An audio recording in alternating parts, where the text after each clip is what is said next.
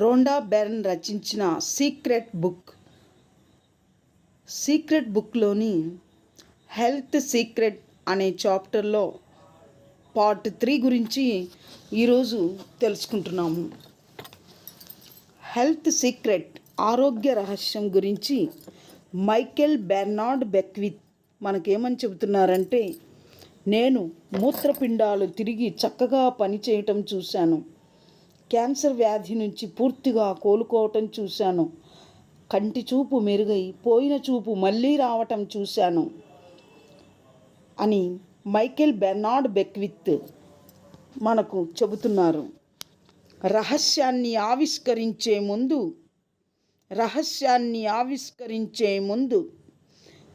దాదాపు 3 ఏళ్ల పాటు నేను చత్వారం కళ్ళజోడు పెట్టుకున్నాను. రహస్యాన్ని ఆవిష్కరించే ముందు దాదాపు 3 ఏళ్ల పాటు నేను చత్వారం కళ్ళజోడు పెట్టుకున్నాను.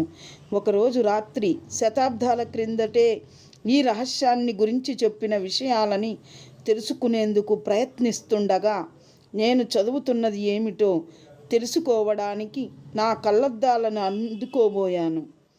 హఠాత్తుగా నా చెయ్యి ఆగిపోయింది. నేను చేసిన పని ఏమిటో అవగాహనకు వచ్చాక అది నన్ను పిడుగుపాటులా తాకింది. అందరూ అనుకునే విషయం, వయసు పెరిగిన కొద్దీ చూపు మందగిస్తుంది అని. అది నేను కూడా విన్నాను. చేతులు దూరంగా చాపి చదవడానికి ప్రయత్నించే వాళ్ళని నేను చూశాను. వయసుతో పాటు చూపు తగ్గటం గురించి నేను ఆలోచించాను. చివరికి దాన్ని నా దగ్గరకు తెచ్చుకున్నాను. నేను ఆ పని కావాలని చెయ్యలేదు, కానీ నేను ఆ పని చేశాను. ఆలోచనల సాయంతో నేను సృష్టించిన దాన్ని మార్చుకోవచ్చని నాకు తెలిసింది.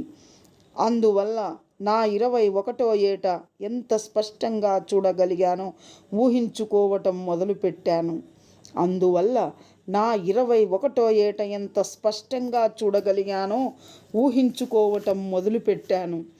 పల్చటి వెలుతురు ఉండే రెస్టారెంట్లలో, విమానాలలో కంప్యూటర్ ముందు కూర్చొని అన్నీ స్పష్టంగా చదువుతున్నట్లు ఊహించుకున్నాను. నేను స్పష్టంగా చూడగలను అని అనుకున్నాను. చక్కని కంటి చూపు ఇచ్చినందుకు కృతజ్ఞత, ఉత్సాహము ప్రకటించాను. 3 రోజుల్లో నా కంటి చూపు బాగైంది. ఇక నాకిప్పుడు చదవటానికి కళ్ళజోడు అక్కర్లేదు. నేను స్పష్టంగా చూడగలుగుతున్నాను. ద సీక్రెట్లోని అధ్యాపకులలో ఒకరైన డాక్టర్ బెన్ జాన్సన్కి నేను చేసిన పనేమిటో చెప్పినప్పుడు ఆయన నాతో, 3 రోజుల్లో మీ కంటి చూపు అలా మారడానికి ఏం జరిగి ఉంటుందో మీరు అర్థం చేసుకున్నారా అన్నాడు. లేదు, నాకు తెలియకపోవటం మంచిదే అయింది. ఎందుకంటే ఆ ఆలోచన నా బుర్రలో లేదు. నేనా పని చేయగలనని అనుకున్నాను, అంతేకాదు దాన్ని చాలా త్వరగా కూడా చేయగలనని అనుకున్నాను అని చెప్పాను. డాక్టర్ జాన్సన్ ఒక నయం కాని వ్యాధిని తన శరీరం నుంచి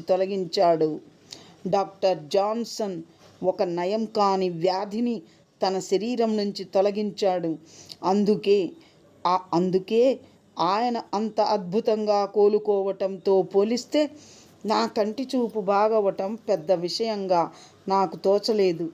నిజానికి నా కంటి చూపు 1 రోజులో బాగవుతుందని నేను ఎదురు చూశాను. అందుకని 3 రోజుల తరువాత జరిగినది మహాద్భుతమని నాకు అనిపించలేదు. గుర్తుంచుకోండి, విశ్వంలో కాలం, పరిమాణం ఉండవు. ఒక మొటిమని నయం చేయటం, వ్యాధిని నయం చేయటం రెండూ ఒకటే ప్రక్రియ, ఒకే రకమైంది. తేడా ఉండేది మన మనసులోనే. అందుకని మీరు ఏదైనా వ్యాధిని ఆకర్షించి ఉన్నట్లయితే దాన్ని ఒక మొటిమ పరిమాణానికి కుదించండి. వ్యతిరేకమైన ఆలోచనలన్నింటినీ వదిలిపెట్టండి. అప్పుడు పరిపూర్ణమైన ఆరోగ్యం మీద దృష్టి పెట్టండి. పరిపూర్ణతను సాధించండి. పరిపూర్ణత కోసం, సంపూర్ణమైన ఆరోగ్యం కోసం సానుకూలమైన ఆలోచనలపైనే దృష్టి పెట్టండి. నయం కానిది ఏదీ లేదు. Doctor John Demartini. నయం కానిది ఏదీ లేదు. Doctor John Demartini. నయం కానిది అంటే లోపలి నుంచి నయం అయ్యేది అని నేనెప్పుడూ అంటాను అని డాక్టర్ జాన్ డెమార్టినీ చెబుతున్నారు. నయం కానిది అంటే లోపలి నుంచి నయం అయ్యేది అని నేనెప్పుడూ అంటాను అని డాక్టర్ జాన్ డెమార్టినీ చెబుతున్నారు. నయం కానిది ఏదీ లేదని నాకు తెలుసు. నేను నమ్ముతాను. ఏదో ఒక సమయంలో నయం కాదు అని చెప్పబడే ప్రతి వ్యాధి నయం చేయబడింది. ఏదో ఒక సమయంలో, ఏదో ఒక కాలంలో నయం కాదు అని చెప్పబడే ప్రతి వ్యాధి నయం చేయబడింది. నా మనసులోనూ నేను సృష్టించే ప్రపంచంలోనూ నయం కానిది అనే దానికి చోటు లేదు. ఈ లోకంలో మీకు కావలసినంత చోటు దొరుకుతుంది. అందుచేత నాతో వచ్చి చేరండి. ఇక్కడ చాలా నాలాంటి వాళ్ళు ఇంకా ఉన్నారు. వాళ్ళందరితోనూ వచ్చి కలవండి. ఈ లోకంలో పుష్కలత పొంగి పొర్లుతోంది. ఇక్కడ ప్రస్తుతం అన్నీ మంచి విషయాలే ఉన్నాయి. అవి మీలోనే ఉన్నాయి. స్వర్గంలాగా అనిపిస్తోంది కదూ. నిజంగా ఇది స్వర్గమే అని చెబుతున్నారు. ఇక మైకేల్ బెర్నార్డ్ బెక్విత్ ఏమని చెబుతున్నారంటే, మీరు మీ జీవితాన్ని మార్చుకోగలరు, మీ వ్యాధిని మీరు నయం చేసుకోగలరు అని చెబుతున్నారు. మైకేల్ బెర్నార్డ్ బెక్విత్ ఏం చెబుతున్నారంటే, మీరు మీ జీవితాన్ని మార్చుకోగలరు, మీ వ్యాధిని మీరు నయం చేసుకోగలరు అని చెబుతున్నారు. సానుకూలమైన ఆలోచనలతో మనసులోంచి, సవ్యమైన ఆలోచనలతో, పాజిటివ్ థింగ్స్తో, మంచి ఆలోచనలతో, నమ్మకంతో మీ జీవితాన్ని మీరే మార్చుకోగలరు, మీ వ్యాధిని మీరు నయం చేసుకోగలరు అని మైకేల్ బెర్నార్డ్ బెక్విత్ చెబుతున్నారు. మారిస్ గుడ్మ్యాన్ రచయిత, అంతర్జాతీయ వక్త. మారిస్ గుడ్మ్యాన్ రచయిత, అంతర్జాతీయ వక్త ఏమని చెబుతున్నారంటే, మారిస్ గుడ్మ్యాన్ రచయిత మరియు అంతర్జాతీయ వక్త. ఈయన ఏమని చెబుతున్నారంటే, నా కథ మార్చి 10, 1981 ప్రారంభమవుతుంది. నా కథ మార్చి 10, 1981 ప్రారంభమవుతుంది. ఆ రోజు నా జీవితాన్నంతటినీ పూర్తిగా మార్చేసింది. నా కథ మార్చి 10, 1981 ప్రారంభమవుతుంది. ఆ రోజు నా జీవితాన్నంతటినీ పూర్తిగా మార్చేసింది. ఆ రోజుని నేను ఎన్నటికీ మర్చిపోలేను. నా విమానం కూలిపోయింది. నేను పక్షవాతంతో ఆసుపత్రిలో చేరాను. నా వెన్నెముక ముక్కలైంది. మెడ దగ్గరుండే 2 వెన్నుపూసలు విరిగిపోయాయి. నేను మృంగలేకపోయాను. తినటం, తాగటం అనే అసంకల్పిత చర్య ధ్వంసమైపోయింది. నాకు సరిగా ఊపిరి అందలేదు. కళ్ళు ఆర్పటం తప్ప మరేమీ చేయలేకపోయాను. డాక్టర్లు నేనిక జీవితాంతం ఒక జడ పదార్థంలాగే ఉండిపోతానని అన్నారు. కనురెప్పలు మాత్రం కదిలించగలుగుతావని అన్నారు. వాళ్ళు నన్ను ఆ విధంగానే ఊహించుకున్నారు. కానీ వాళ్ళేమనుకున్నారు అనేది నేను పట్టించుకోలేదు. నేనేమనుకున్నాను అనేదే ముఖ్యమనిపించింది. నన్ను నేను మళ్ళీ ఒక మామూలు మనిషిగా ఆసుపత్రి నుంచి బయటికి నడిచి వెడుతున్నట్టు ఊహించుకున్నాను. ఆసుపత్రిలో ఉండగా నేను పని చేయాలని అనుకున్నది కేవలం నా మనసుతోటే. ఆసుపత్రిలో ఉండగా నేను పని చేయాలని అనుకున్నది కేవలం నా మనసుతోటే. మీ దగ్గర మనసు అనేది ఉంటే దేన్నైనా చక్కబరచవచ్చు. మీ దగ్గర మనసు అనేది ఉంటే దేన్నైనా చక్కబరచవచ్చు. నాకు ఊపిరి సరిగ్గా అందటం కోసం ఒక రెస్పిరేటర్ని తగిలించారు. నేను ఈ జన్మలో మామూలుగా ఊపిరి పీల్చుకోలేనని, ఎందుకంటే నా ఉదర వితానం డయాఫ్రామ్ పూర్తిగా ధ్వంసమైందని అన్నారు. నేను ఈ జన్మలో మామూలుగా ఊపిరి పీల్చుకోలేనని, ఎందుకంటే నా ఉదర వితానం అంటే డయాఫ్రమ్ పూర్తిగా ధ్వంసమైందని అన్నారు. కానీ నా లోపలి నుంచి ఒక చిన్ని గొంతు గట్టిగా ఊపిరి పీల్చు, గట్టిగా ఊపిరి పీల్చు, గట్టిగా ఊపిరి పీల్చు అంటూనే ఉంది. చివరికి ఆ రెస్పిరేటర్ని వాళ్ళు తీసేశారు. అది ఎలా జరిగిందో డాక్టర్లు చెప్పలేకపోయారు. నా లక్ష్యాన్ని, నా దృష్టిని మరోవైపుకు మళ్లించే విషయాలని వేటిని నా మనసులోకి రానిచ్చే వీలు నాకు లేకపోయింది. క్రిస్మస్కి నేను ఆసుపత్రి నుంచి బయటికి నడిచి వెళ్ళాలన్న లక్ష్యాన్ని నాకు నేనే ఏర్పరచుకున్నాను. క్రిస్మస్కి నేను ఆసుపత్రి నుంచి బయటికి నడిచి వెళ్ళాలనే లక్ష్యాన్ని నాకు నేనే ఏర్పరచుకున్నాను. అలాగే చేశాను కూడా. నా 2 కాళ్ళతోనూ నడిచి నేను హాస్పిటల్ నుంచి బయటపడ్డాను. అది సాధ్యం కాదని వాళ్ళన్నారు. ఆ రోజుని నేను ఈ జన్మలో మర్చిపోలేను. ప్రస్తుతం ఏమీ చేయకుండా బాధలు పడుతూ కూర్చుని ఉన్న వాళ్ళ కోసం నా జీవిత సారాంశాన్ని, ఇతరులు తమ జీవితాలలో ఏం చేయగలరనే విషయాన్ని టూకీగా చెప్పాలనుకుంటే నేను దాన్ని ఒక్క వాక్యంలో చెబుతాను. మనిషి తన ఆలోచనలకు అనుగుణంగానే తయారవుతాడు. మనిషి తన ఆలోచనలకు అనుగుణంగానే తయారవుతాడు. మ్యారిస్ గుడ్మ్యాన్ని ద మిరాకిల్ మ్యాన్, అద్భుతాలు సృష్టించే వ్యక్తి అంటారు. మ్యారిస్ గుడ్మ్యాన్ని ద మిరాకిల్ మ్యాన్, అద్భుతాలు సృష్టించే వ్యక్తి అంటారు. అతని కథ మనిషి మనసు తాలూకు అందని లోతులను, అనంతమైన శక్తిని ప్రదర్శిస్తుంది. మ్యారిస్ గుడ్మ్యాన్ని ద మిరాకిల్ మ్యాన్, అద్భుతాలు సృష్టించే వ్యక్తి అంటారు.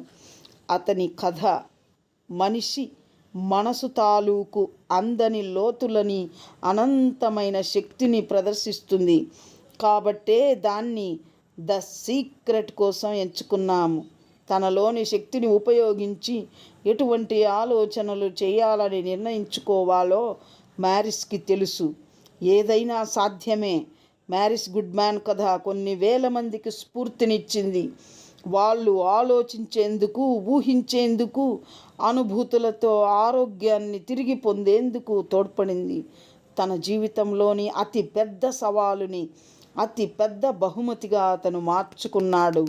ద సీక్రెట్ అనే సినిమా విడుదల అయినప్పటి నుంచి మా దగ్గరికి అటువంటి అద్భుత గాథలు వెల్లువలా వచ్చి పడుతున్నాయి. ద సీక్రెట్ చూశాక తమ శరీరాల్లోని వ్యాధులను ఎలా పోగొట్టుకున్నారో వాళ్ళందరూ మాకు రాసి పంపిస్తున్నారు. ద సీక్రెట్ సినిమా చూశాక తమ శరీరాల్లోని వ్యాధులను ఎలా పోగొట్టుకున్నారో వాళ్ళందరూ మాకు రాసి పంపిస్తున్నారు. మీరు ఒక విషయాన్ని నమ్మినప్పుడు అన్నీ సాధ్యమవుతాయి. ఆరోగ్యం గురించి చివరిగా డాక్టర్ బెన్ జాన్సన్ చెప్పిన ఈ మాటలతో ముగిస్తాను. మనం ఇప్పుడు ఎనర్జీ మెడిసిన్, శక్తి ఔషధం తాలూకు యుగంలోకి ప్రవేశిస్తున్నాం. ఈ విశ్వంలో ప్రతిదానికి ఒక ఫ్రీక్వెన్సీ ఉంటుంది. మీరు చేయాల్సిన పని ఫ్రీక్వెన్సీని మార్చటం లేదా వ్యతిరేకమైన ఫ్రీక్వెన్సీని సృష్టించడం. ఈ లోకంలో దేన్నైనా మార్చటం అంత సులభం. అది వ్యాధి కావచ్చు, భావోద్రేకాలకు సంబంధించిన సమస్య కావచ్చు, మరేదైనా కావచ్చు. ఇదొక బ్రహ్మాండమైన సంభావ్యత. మనకు ఇంతవరకు విదితమైన విషయాలన్నిటికన్నా ఇదే ఒక పెద్ద రహస్యం. సీక్రెట్ సంక్షిప్తంగా సీక్రెట్, హెల్త్ సీక్రెట్. ఇప్పటి వరకు మనం తెలుసుకున్న ఈ విషయాలు హెల్త్ సీక్రెట్ గురించి సంక్షిప్తంగా. మందు లేని ప్లాసిబో ప్రభావం, ఆకర్షణ శక్తి క్రియాశీలంగా ఉందనేందుకు ఒక ఉదాహరణ. మాత్ర నిజంగానే జబ్బు నయం చేస్తుందని, మాత్ర అంటే ట్యాబ్లెట్, మాత్ర నిజంగానే జబ్బు నయం చేస్తుందని ఒక రోగి నమ్మితే అతనికి తను నమ్మేదే దొరుకుతుంది. అతను కోలుకుంటాడు కూడా. పరిపూర్ణ ఆరోగ్యం మీద దృష్టి పెట్టడం అనేదాన్ని మనందరం మనసు ద్వారా చేయగలం. బయట ఏం జరుగుతుందనేది పట్టించుకోనవసరం లేదు. పరిపూర్ణ ఆరోగ్యం మీద దృష్టి పెట్టడం అనే దాన్ని మనందరం మనసు ద్వారా చేయగలం. బయట ఏం జరుగుతుందనేది పట్టించుకోనవసరం లేదు. నవ్వు సంతోషాన్ని ఆకర్షిస్తుంది. నవ్వు సంతోషాన్ని ఆకర్షిస్తుంది, వ్యతిరేకతను పారదోలుతుంది, జబ్బును నయం చేసి అద్భుతమైన ఆరోగ్యాన్ని అందిస్తుంది. ఆలోచన ద్వారానే వ్యాధి శరీరంలో ఉత్పన్నమవుతుంది.